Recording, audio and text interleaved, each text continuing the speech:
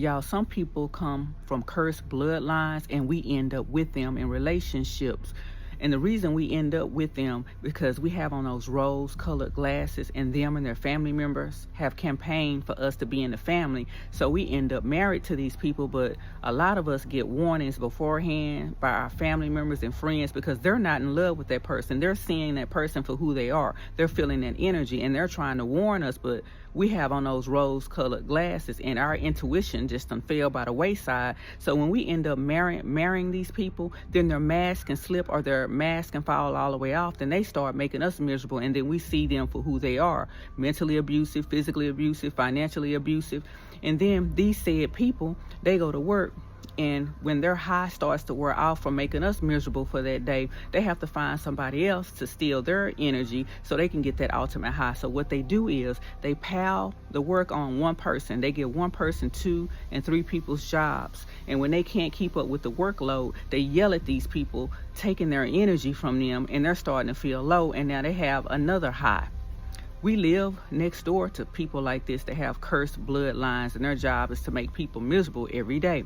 So their dog, they'll let their dog out to pee, and instead of their dog peeing and pooping in their yard, their dog will come to our lawn, pee and poop on our lawn, and sometimes they even go pee on the tires. And if we say something to that neighbor, and that's what they want for us to say something, is so they can argue with us and make us look like we're the one in the wrong, and then they want to call the police department or make up a lie to HOA and try to get HOA involved to get another ultimate high.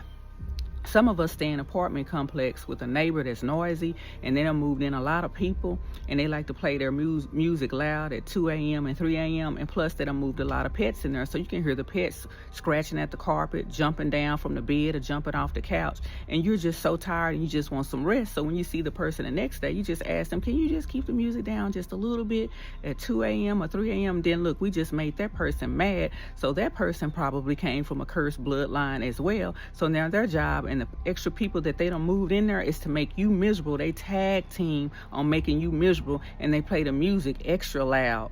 And then if you do say something else to them, it can make the situation even worse, and then the cops get involved. You have to call the cops, and that also makes the situation even worse. And sometimes they go and lie to the front office and say you're the one being loud, when in actuality they're loud. So just be aware that there's people that comes from cursed bloodlines.